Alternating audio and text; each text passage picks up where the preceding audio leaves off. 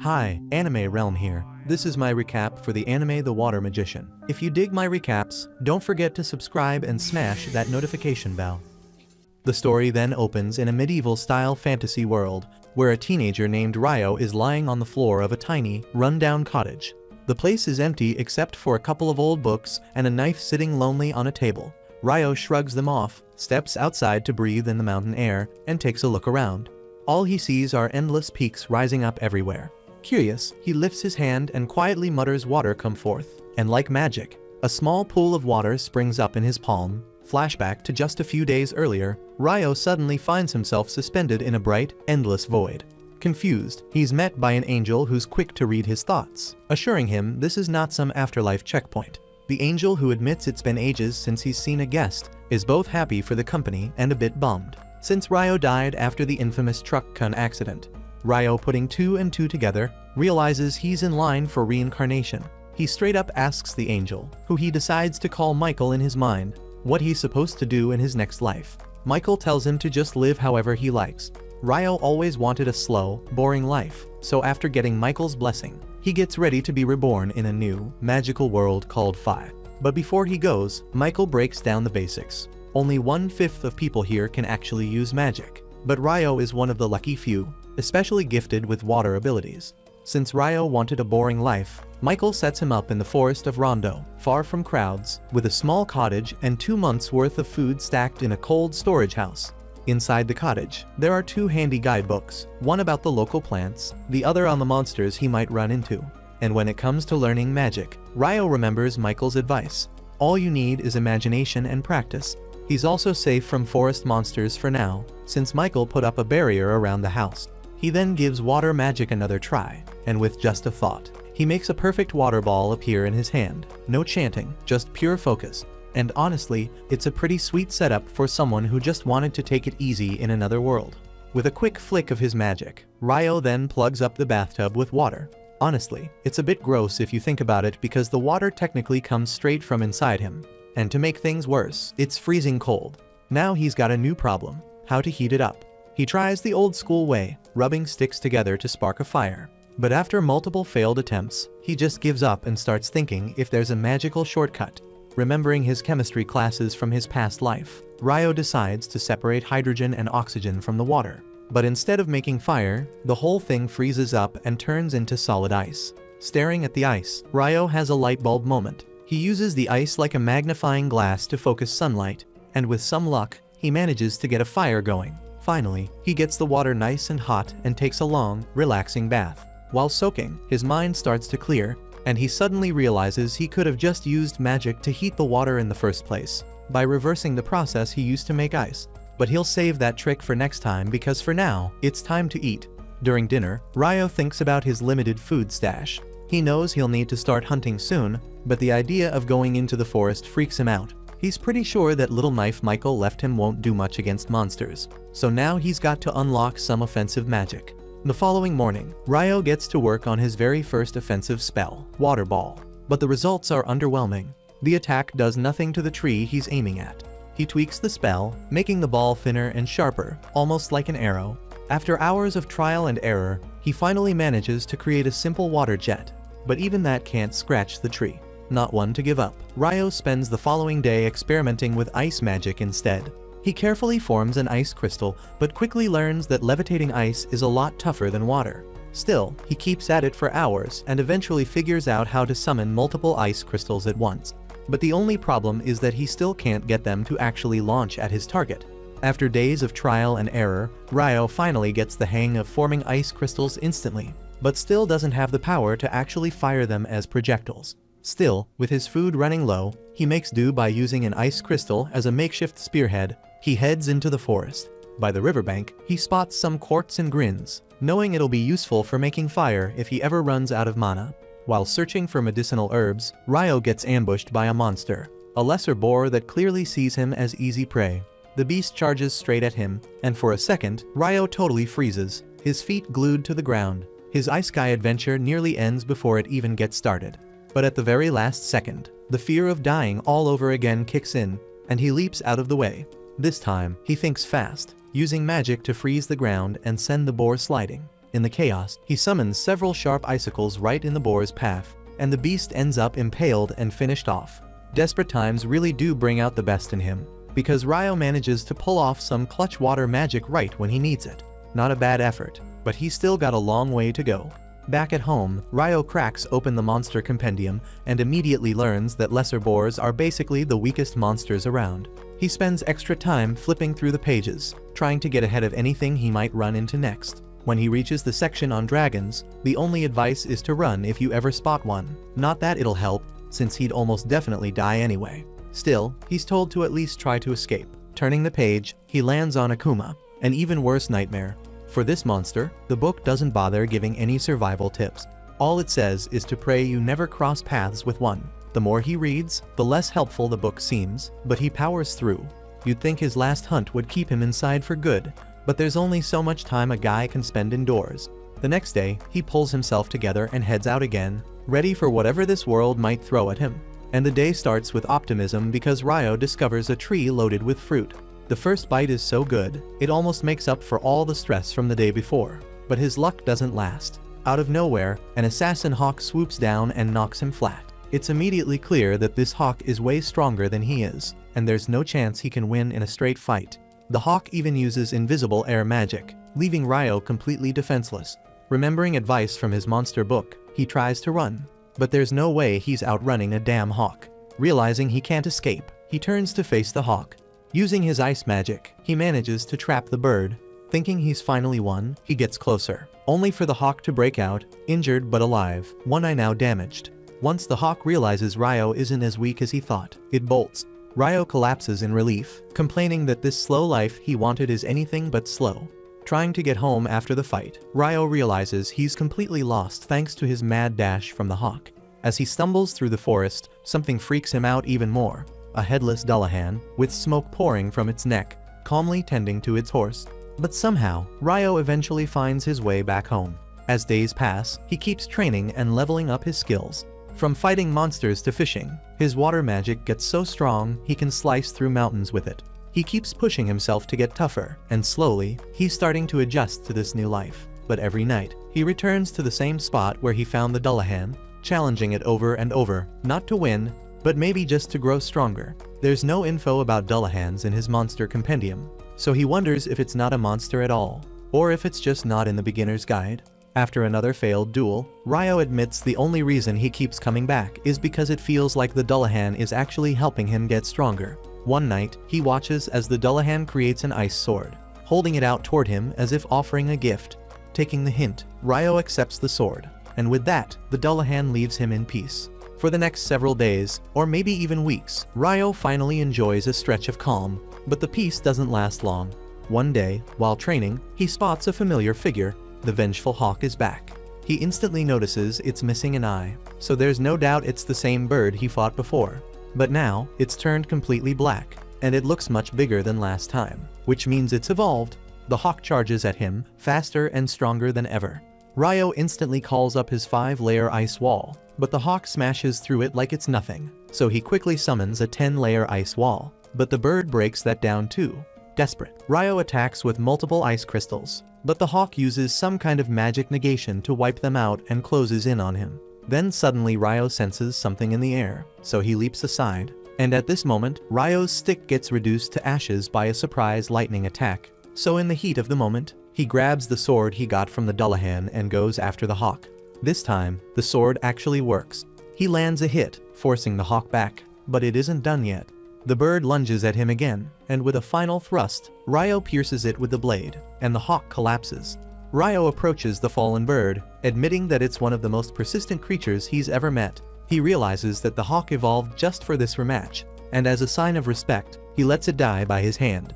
Removing the sword, he watches as the hawk finally passes away. Ryo continues his journey, completely unaware that a dragon is nearby. Suddenly, a dragon appears and starts speaking to him, and Ryo is stunned that he can understand a dragon's voice. The dragon, glad to have his telepathy working again, asks Ryo if he's seen an evolved hawk. Ryo explains he just killed one. The dragon is surprised that a human could defeat it, so Ryo shows him the sword. Instantly, the dragon recognizes it as the sword of the Fairy King and asks what Ryo did to deserve it. But Ryo has no idea. With the dragon's curiosity satisfied, Ryo takes his turn asking questions. The two chat until late before the dragon announces he needs to leave. But before parting ways, Ryo introduces himself, and the dragon shares his name, Luen.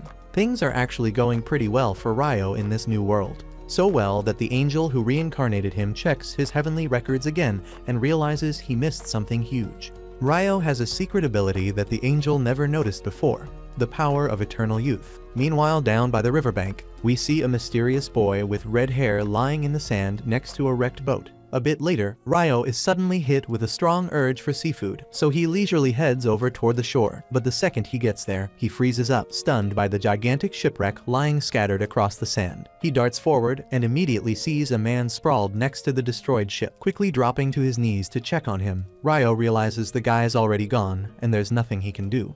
But then he hears a faint groan nearby, and excitement floods through him because this is the first living human he's encountered since arriving in this world. The survivor named Abel recalls fragmented memories of a massive octopus-like monster attacking his ship during a violent storm, causing him to plunge into the sea. But when Abel wakes up, he's surprised as hell to find himself chilling in some stranger's house. Confused but grateful he's alive, he quickly bolts upright, panicking as he searches for other survivors. When Abel staggers outside, he's even more confused, realizing he has absolutely no clue where the hell he is. Just then, Ryo appears quietly behind him, startling Abel because despite being a seasoned warrior, he couldn't sense Ryo's presence at all, and he is also equally stunned by Ryo's bizarre fashion sense, though he decides to politely avoid mentioning it for now. Instead, he introduces himself properly and thanks Ryo for saving him. Ryo awkwardly replies that Abel was the only guy still breathing, and the rest were already fish food when he got there. Abel quickly assures him not to stress about it, casually revealing those guys were just sketchy smugglers anyway. But before he can say more, his stomach interrupts him with a loud growl. Laughing awkwardly, Ryo suggests they continue the chat over some food. Abel follows him inside, but nosy-ass Abel immediately brings up Ryo's bizarre clothing. Ryo explains that he simply has no other clothing and lacks materials to craft new ones, so Abel casually advises him to just buy some, but immediately feels awkward, thinking Ryo might be too poor to afford new clothes. But Ryo quickly eases Abel's guilt trip by explaining he's literally the only human living in this godforsaken place, so there's nobody to sell him clothes anyway. Abel then gets curious, asking if Ryo hunts to get his grub. Ryo casually nods yes, and Abel curiously asks if he uses that dinky little knife he's got. With a smirk, Ryo demonstrates his impressive water magic, mentioning that magic is his primary method for hunting. Abel is astonished, revealing that only about half the world's population can use magic, and he himself unfortunately belongs to the half that can't. This surprises Ryo because the angel had told him that just 20% of people possess magical abilities. Afterward, Abel requests that Ryo take him down to the shore, as there's something important he needs to verify. On their way down to the beach, Abel suddenly tries to act all heroic, telling Ryo to stay behind him if they encounter any danger. Ryo calmly replies that it's not necessary,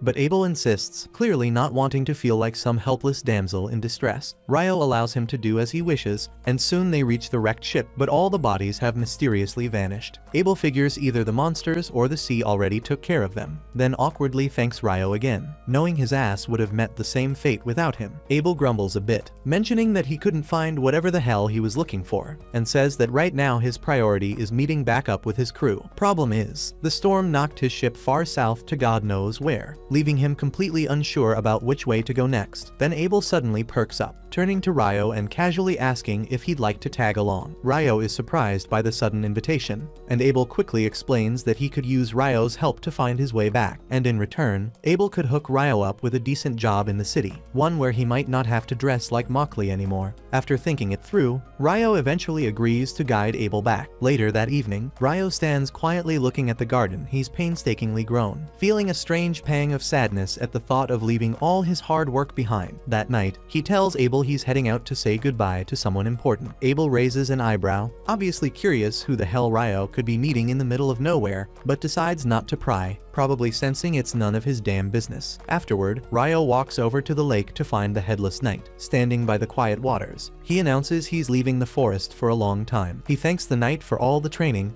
then dramatically whips out his knife, promising to go all out one last time. Without a word, obviously since the dude has no head, the knight draws his sword, ready to throw down. Ryo charges in hard, delivering blow after blow like he's in the final scene of some epic anime fight, driving the knight backward relentlessly. Eventually, Ryo exhausts himself, panting heavily as the knight silently retreats into the lake again. Catching his breath, Ryo offers one final heartfelt thank you. But of course the knight keeps silent. Just as Ryo's about to leave, the knight unexpectedly turns around and magically summons a badass armored suit straight out of the water, apparently his parting gift. Ryo gets embarrassingly sentimental at the gesture, choking out another thank you before heading back home. The following day, Ryo and Abel gear up to set out on their journey. As they get ready, Ryo finds himself surprisingly nostalgic about leaving the isolated place he's called home for so long. Soon after, they encounter a wild boar in the forest, and Abel quickly asks Ryo to leave it to him. He rushes toward the boar with his sword drawn, swiftly unleashing a combat skill that instantly turns the poor animal into a shish kebab. Amazed, Ryo asks what exactly combat skills are, and Abel explains that they're special techniques used by those who fight using weapons. That night, they camp inside a large hollow tree, and the next morning they continue their journey through the forest. As they approach a swamp, they spot several lizardmen roaming around. Abel decides it's best to avoid them and suggests changing their route, since lizardmen can be quite strong opponents. But even after they shift their path, Ryo senses the creatures still pursuing them from behind. Abel immediately prepares to fight, but Ryo warns him that there are too many enemies this time, insisting he'll use his magic as well. Abel doubts Ryo can fight without his staff, but he's left stunned when Ryo instantly blasts 4 lizardmen at once with icicle lances. After the battle ends, Abel questions Ryo about the spell he just cast. Ryo casually replies that it was just a regular icicle lance, but Abel insists his wind mage friends are limited to casting only one attack at a time, while Ryo effortlessly summoned 4 icicles simultaneously. Ryo shrugs it off, suggesting maybe it's just a limitation of wind magic, because it's totally normal for water magic. Abel decides not to dwell on it too much, suggesting they continue their journey. But before moving forward, Ryo creates 2 ice glasses and magically fills them with water. Abel notices Ryo used a different incantation this time, but Ryo quickly covers it up by saying that he must have misheard him earlier. As they keep traveling, Abel hands Ryo a coin,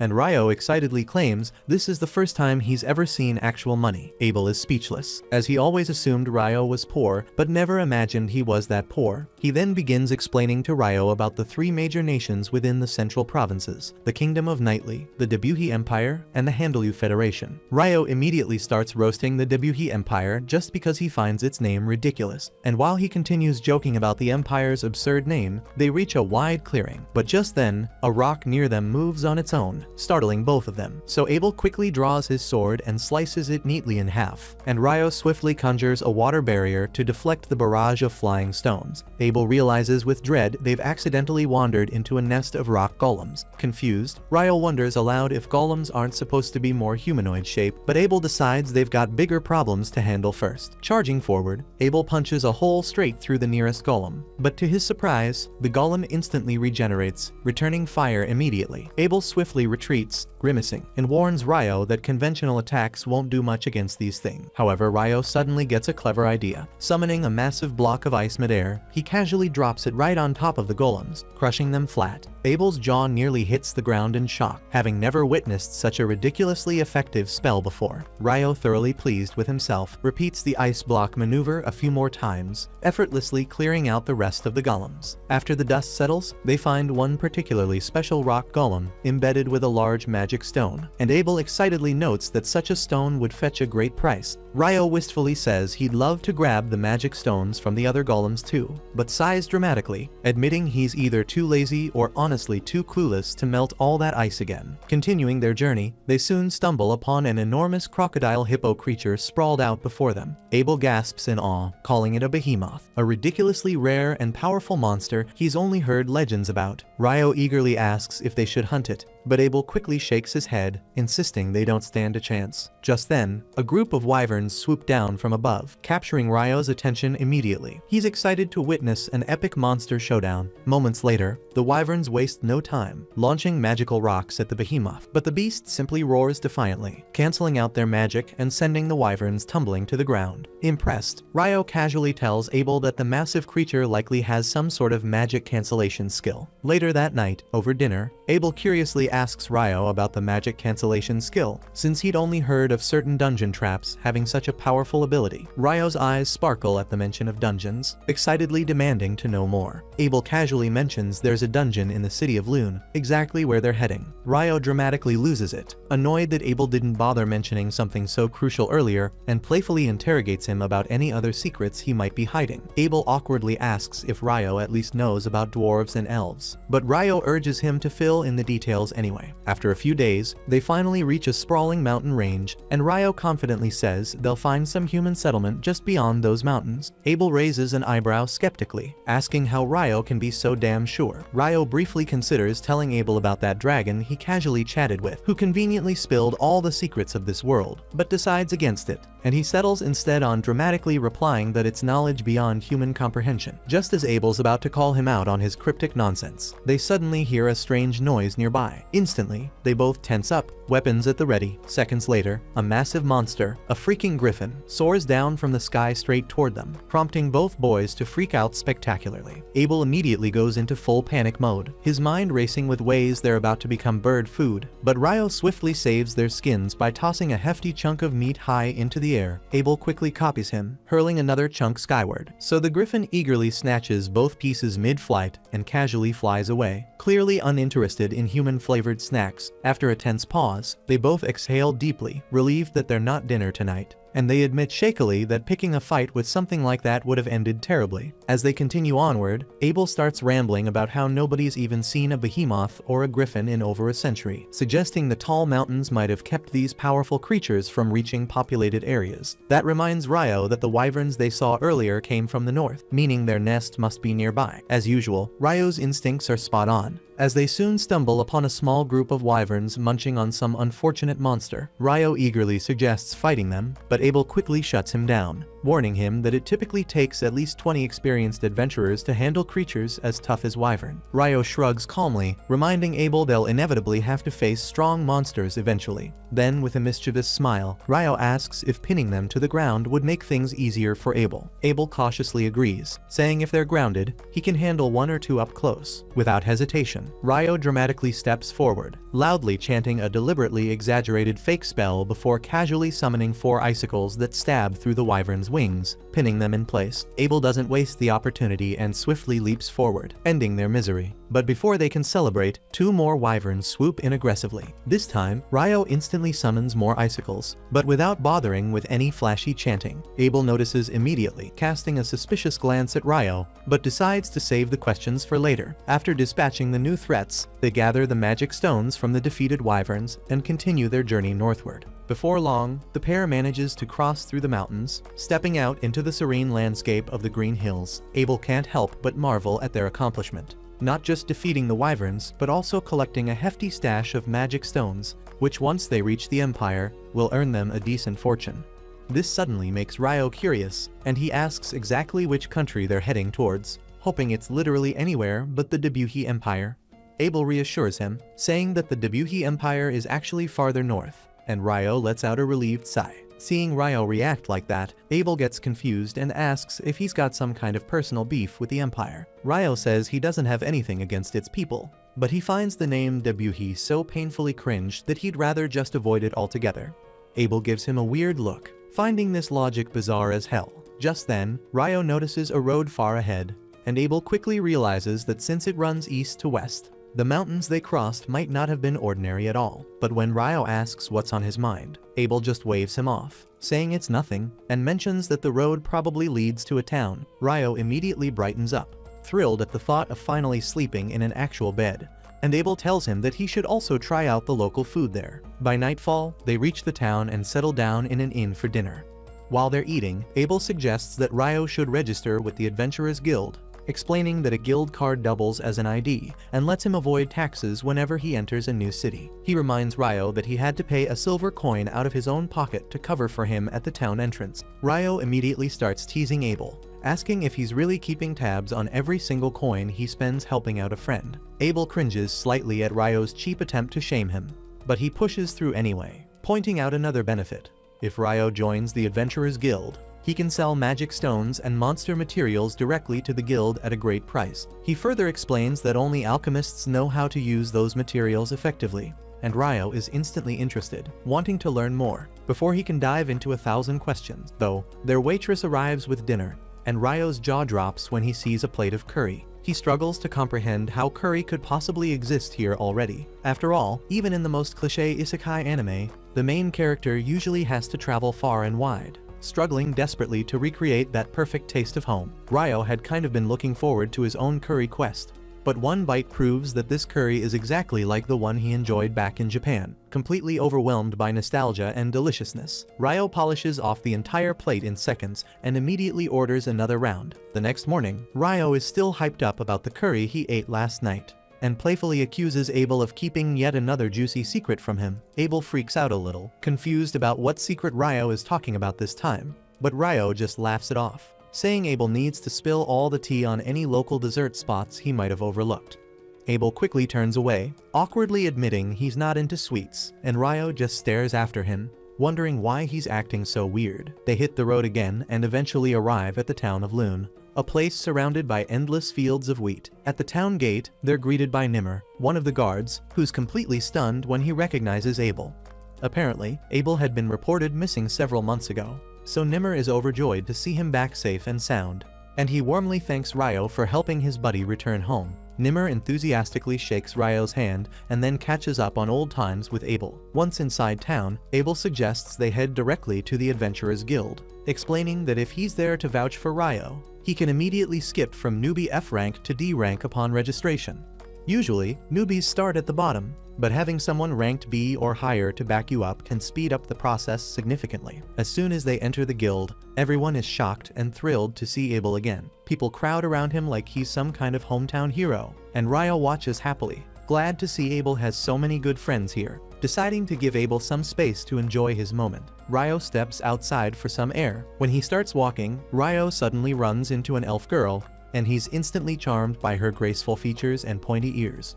Strangely, the elf girl is just as intrigued by Ryo, staring at him in shock because of the unusual coat he's wearing. She quickly recognizes it as the Fairy King's own robe, mentioning that the Fairy King must really like Ryo to have given him such a rare gift.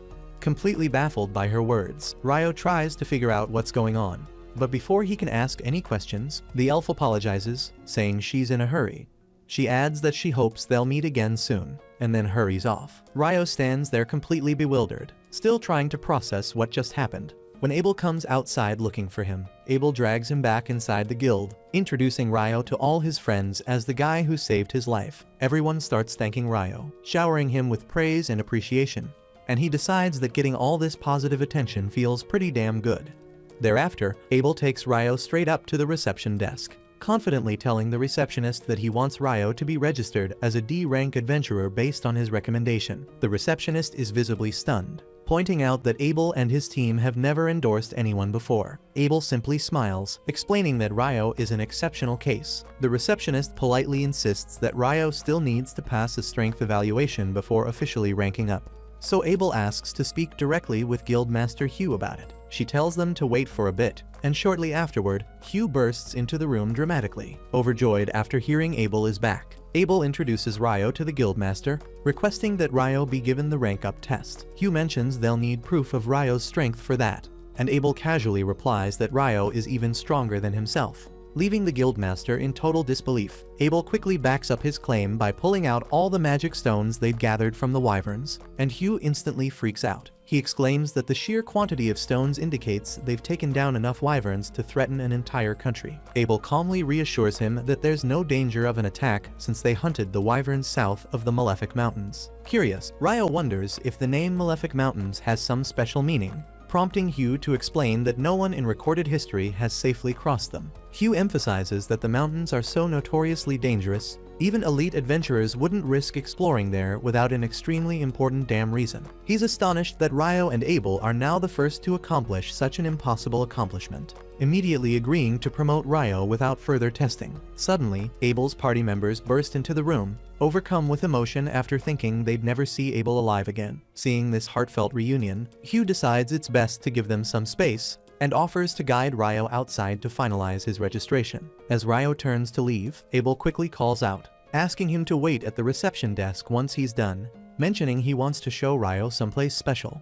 Thereafter, Hugh leads Ryo towards his office, explaining that Abel's group, known as the Crimson Sword, is among the strongest and most respected adventurer parties in town. Ryo doesn't find that surprising at all, though he's still unsure if he truly deserves the jump straight to D rank. Seeing this, Hugh reassures him by saying that while Abel is indeed strong, defeating even a single wyvern alone is beyond his abilities, which makes it clear to him that Ryo played a major role in taking down the wyverns. Just then, the receptionist walks into the office carrying the equipment needed for Ryo's formal registration. Hugh excuses himself immediately, saying he has piles of paperwork waiting, leaving Ryo in her hands. The receptionist cheerfully introduces herself as Nina, then begins asking Ryo the standard registration questions. She explains that he can use the guild lodgings for up to 300 days from registration, after which he'll have to find a place of his own. Next, she tells him about a dungeon exploration training course the guild offers to new adventurers. Ryo immediately expresses his interest in joining the course, and Nina tells him to come to the meeting hall 2 days from now at precisely 9 am. And Ryo is momentarily stunned that this world even has clocks. Afterwards, Nina moves on to complete the actual registration. She instructs Ryo to place his hand on the crystal device on the table. When he does, the device scans and transfers his biometrics onto a metallic plate resting atop it, turning it into his official guild card. Nina congratulates Ryo, formally welcoming him as a registered adventurer, and then both of them step outside the office. Not long afterward, Abel takes Ryo out to explore the town, mentioning that he'd like to buy him some new clothes and a staff as payment for escorting him safely to his hometown. Ryo happily accepts the clothes but questions why he would need a staff. Abel points out that magicians always use staves to cast spells, but Ryo casually tells him he can use magic perfectly fine without one. He also explains that whenever he fights up close, he prefers using a sword anyway, so a staff would be pretty pointless for him. Abel is caught off guard by this, and he's even more shocked when Ryo casually reveals the small knife he carries around actually serves as his sword. Setting all that aside, Ryo mentions that more than equipment, what he really needs right now is some solid information about how things work in this world. Shortly after that, Ryo learns that this world uses the exact same measurement of time as Earth: hours, days, weeks, months, and even the metric system. It now clicks in his mind that someone from Earth must have landed here a long time ago and influenced the way things operate, explaining all the familiar stuff he's come across. Right then, Abel returns from the store after paying for all the stuff Ryo picked out, cheerfully informing him that the best part of the day is still ahead. Abel then guides Ryo to a large inn where all his friends from the guild are gathered, throwing a lively celebration for Abel's safe return. They party until late, leaving Ryo exhausted, so that by the next morning, Nina has to drag him out of bed to show him his lodgings. She brings him to a room where 2 other fresh adventurers are already settling in. The blonde guy introduces himself as Ito, and the brown-haired guy as Nils. Both greet Ryo warmly, and once Nina leaves, Nils immediately starts gushing about how much he likes her and how cute she is. Ito quickly shuts him down, reminding him that Nina is way out of his league. Ito then casually chats with Ryo, giving him a quick rundown on life at the guild dorms. Moments later, Nina returns again, this time bringing along another nervous-looking newbie named Ammon. Curious about his youthful appearance, the others ask his age. Ammon shyly reveals he just turned 16, but with both parents recently deceased, he's decided to earn a living as an adventurer. Nina gently asks them to make Ammon feel welcome, then reminds Ryo and Ammon to join her at the meeting hall the next morning for their dungeon exploration training. At the same time, Abel excitedly recounts to his party all the incredible things he saw Ryo do, using magic effortlessly without a staff, skewering wyverns with icicles, and even crushing rock golems with gigantic ice blocks. Luen, the skeptical member of the group, dismisses Abel's stories as impossible, arguing that magic simply doesn't work that way due to limitations like range and distance. But Abel firmly insists that everything he said was true. But then another party member named Rihia comments thoughtfully that there's only one mage who has ever been rumored to wield magic of such scale, and he is the legendary Inferno magician. But since nobody has actually witnessed his insane magic firsthand, his feats remain nothing more than rumors. This leads to a brief moment of worry. If Ryo really is that powerful, what would happen if he turns against them, or worse, sides with the Dubuhi Empire? But Abel confidently reassures them that the Dubuhi Empire won't be an issue, given how passionately Ryo dislikes its shit name. Meanwhile, at the lodging, Ryo's cracking jokes and laughing along with his roommates, amazed at how drastically different his life has suddenly become. Several days later, Ryo and Ammon finish up their accelerated dungeon crawling course designed for beginners. Their instructor then tells them they'll be heading down to the dungeon's first floor later that afternoon. Ammon immediately starts panicking at the idea of his first actual dungeon trip, but Ryo just casually advises him to chill out, reminding him that getting worked up now will only leave him drained before they even enter. The instructor then asks the group if anyone's got any burning questions, and Ryo immediately asks whether it's possible to teleport directly to the floors they've already cleared. The instructor is genuinely impressed by this question, since usually only veteran adventurers would even think to ask something like that. He explains that there are certain dungeons further south where adventurers can conveniently warp between checkpoints, but unfortunately, the Luen dungeon doesn't have any cool tricks like that. Afterwards, the instructor escorts the newbies directly to the dungeon, located right in the city's heart. He reveals that the city itself was literally built around the dungeon, adding that every several years the monster count inside spikes dramatically, sometimes even pushing them above ground. He explains how the massive walls around the dungeon protect ordinary folks from monster rampages, but then quickly reassures the nervous newbies there's currently zero risk of any major monster outbreak happening anytime soon. Not long after, they finally reach the beginner-friendly first floor of the dungeon, which fortunately doesn't house any particularly fierce creatures. The instructor tells everyone they're welcome to explore freely, but insists they stick close to the entrance. Ryo pairs up with Ammon, and almost immediately Ryo senses something approaching. He tells Ammon to ready himself for a strike, while he handles immobilizing their enemy, and Ammon anxiously pulls out his sword. Moments later, a monster ant shows up, and Ryo instantly recognizes it from his monster textbook as a soldier ant. He instructs Ammon to aim right at its neck, while he pins it down using ice spears. Ryo flawlessly locks the monster to the ground, letting Ammon cleanly slice its head off, earning himself his first kill. Ammon is totally hyped about this victory, and Ryo quickly retrieves the ant's magic stone as proof of their first successful hunt together. Later that evening, they're eating dinner alongside their roommates who insist on celebrating their first successful dungeon raid. The roommates are genuinely impressed that the pair managed to defeat a soldier ant on their first trip, but Ammon modestly insists he only finished off the ant after Ryo had it firmly restrained. He excitedly mentions that he can't wait to return to the dungeon tomorrow. Although he's admittedly nervous about trying to go solo, Ryo volunteers to tag along since he's also eager to explore the dungeon to the third floor, because he finds it suspicious as hell that they encountered a stronger monster from a deeper level wandering around on the first floor. After all, the instructor made that sound unusual. Ito chimes in, mentioning he's heard recent rumors of soldier ants appearing even up near the first and second floors, and none of the boys can figure out why the heck that's happening. At that moment, Abel walks in casually and explains it's because soldier ants can tunnel their way upward. Nils and Ito absolutely lose their shit when they realize the town's most badass adventurer just showed up in front of them. Ryo, as always, casually greets his friend without giving a damn about his celebrity status, prompting Abel to jokingly ask the guys to keep an eye on Ryo since he completely lacks common sense. Nils immediately jumps up, saluting Abel excitedly and declaring that he's his biggest fan. He passionately announces his dream of becoming a legendary adventurer just like Abel one day, asking eagerly if he could shake his golden hand. Abel happily grants him the handshake, gently advising Nils to chase his dream, but never forget that survival always comes first. Ryo then bluntly asks Abel what he's doing hanging around here this late, and Abel replies that he just returned from his latest mission. Before he can say anything else, Abel's party suddenly storms in. The girls are clearly pissed that Abel came here instead of heading straight to the guildmaster for a mission report. Abel quickly tries explaining he was merely helping out some newbie adventurers who needed his advice. But Lynn isn't having any of it and immediately tells Warren to haul him away. Warren lifts Abel onto his back effortlessly as Abel starts whining like a toddler. Meanwhile, Lynn suddenly stares daggers at Ryo with obvious jealousy. Ryo awkwardly asks her what the hell she wants, causing the priestess Rihia to quickly snap Lynn out of her daze and apologize to Ryo for their rude interruption. As the group leaves, Ito and Nils fanboy uncontrollably over them, but Ryo genuinely can't comprehend what's so damn impressive about that crew of clowns. At the same time, Rihia gently scolds Lin for openly glaring at Ryo.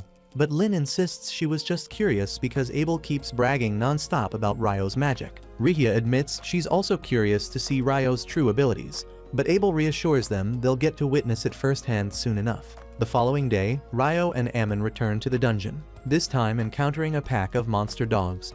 Ryo once again pins the beasts down effortlessly with his ice spears, while Ammon impressively displays his sword skills by taking out a couple of the monsters himself. Afterwards, during a brief break, Ryo comments that Ammon's swordsmanship reminds him strangely of Abel's style. Ammon clarifies that his sword instructor was some old geezer named Kiro, who learned swordsmanship from a prestigious academy back in the capital. So Ryo immediately assumes Abel must have trained under the same academy and sees genuine potential in Ammon, believing he could grow into an incredibly powerful swordsman one day. Ammon is impressed that Ryo knows so much about swordsmanship despite being primarily a mage. Ryo casually explains that he trained under a mentor for a bit, but ultimately came up with his own fighting style. He then comments that Ammon's current form seems pretty taxing physically, though it's also super reliable, and suggests he just needs to boost his endurance. Ryo mentions that Abel always used to wake up at the crack of dawn to practice his sword forms during their travels, highlighting that even naturally gifted people have to bust their asses training. Ammon feels pumped up hearing that, and swears he'll put in extra effort to become stronger, which pleases Ryo. The following morning, Ryo drops by the library and is taken aback by how freaking massive it is. He asks the librarian to point him to the alchemy books, and she leads him to shelves filled with beginner manuals. The sheer number of choices overwhelms him, so Ryo decides he needs some air to clear his mind. But just as he does, everything goes pitch black as a full-on solar eclipse darkens the entire city, and he gawks in amazement at the sky. Barely a moment later, he realizes something weird as hell just happened. Everyone around him is suddenly gone, leaving him totally alone in an eerie, unsettling atmosphere. Right then, he feels something dangerous coming at him from behind. Instinctively, he spins around, summoning a thick ice barrier just in time to deflect an incredibly powerful blast of fire. Shocked, he wonders who the hell just tried to roast his ass, and then spots a terrifyingly hot demon lady strolling towards him like she stepped straight out of a Hollywood action movie. She smirks, amused to find a random human trapped in her domain, clearly looking forward to messing him up. Ryo instantly recognizes that he's dealing with an actual demon now, and he's absolutely certain she's by far the strongest opponent he's encountered since arriving in this world. He considers fleeing for a second, but realizes there's no freaking way he'll escape from this bizarre dimension, no matter how hard he tries. Gritting his teeth, he decides his only option is to fight. Without hesitation, he summons a bunch of ice barriers around himself just before the demon woman unleashes another hellish wave of flames. His shields manage to hold back the intense blaze, but the demon suddenly switches tactics, firing an invisible bullet of wind that effortlessly punches through Ryo's ice walls, only to bounce harmlessly off his robe. The hot demon can't believe her eyes, baffled at how some human-made robe could stop her attack. But on a closer look, she realizes Ryo's cloak is actually the Fairy King's robe.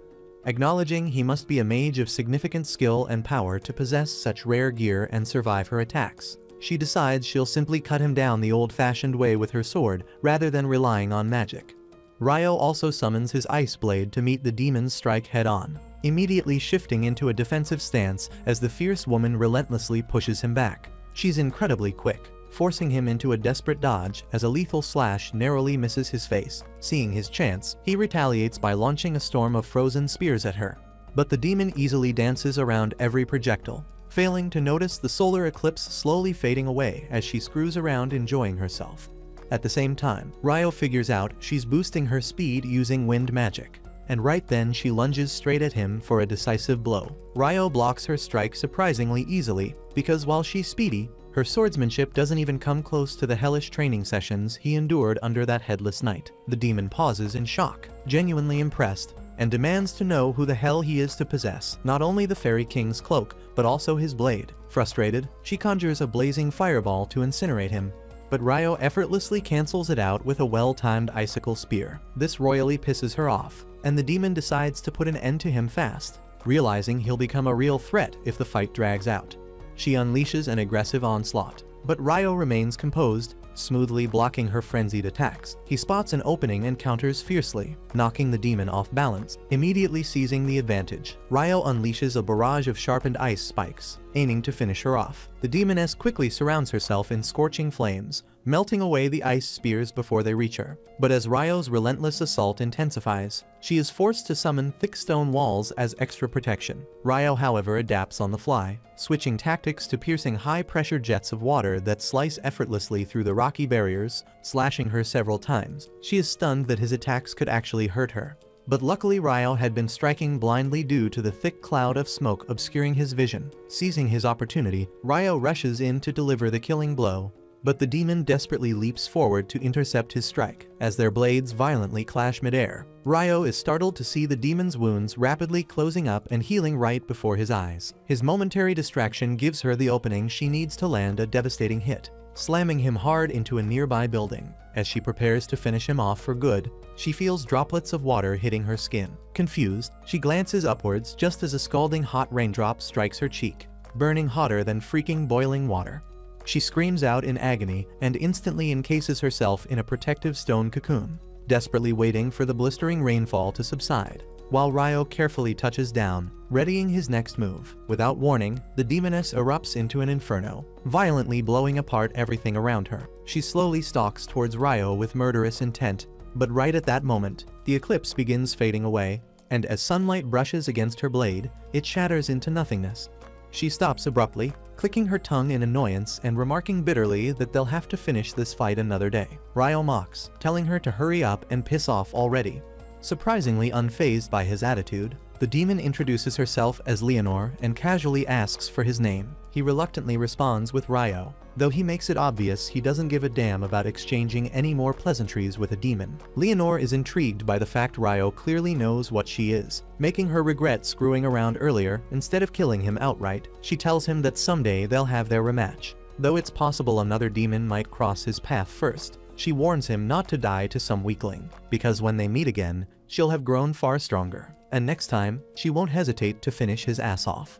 Ryo feels a chill down his spine at that thought, but just then, the eclipse completely disappears, and in an instant reality returns to normal, leaving no sign of their chaotic battle. Feeling shaken, Ryo decides it's best to just buy his books quickly and get some rest. He heads straight to the bank, cashing in on the hefty stack of coins he earned from selling all those wyvern magic stones. Afterwards, he swings by the dorm hoping to check in with his roommates, but when he realizes they're not around, he's just about to leave when he spots them being cornered and harassed by a group of douchebag adventurers. Nils and Ito are cursing the leader, a big jerk named Dan, for cowardly ambushing them while they're still injured.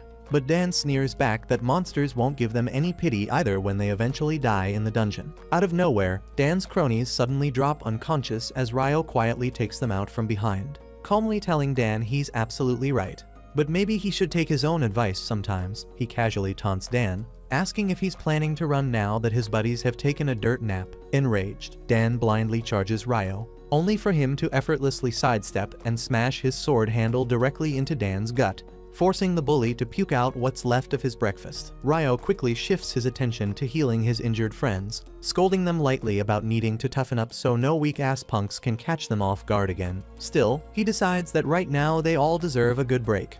Together, they hit up the public baths, where Ito, their resident priest, heals the nasty wound left by Leonor's wind bullet. As everyone sits soaking in the water, curiosity gets the best of them, and they start bombarding Ryo with questions about who the hell could possibly hurt someone as strong as him. Ryo considers mentioning the demon briefly, but quickly decides against it, because for now relaxation is the priority, and everything else can wait. That concludes this episode. Thank you for watching. If you want to see the next part, be sure to subscribe to the channel and turn on the notification bell.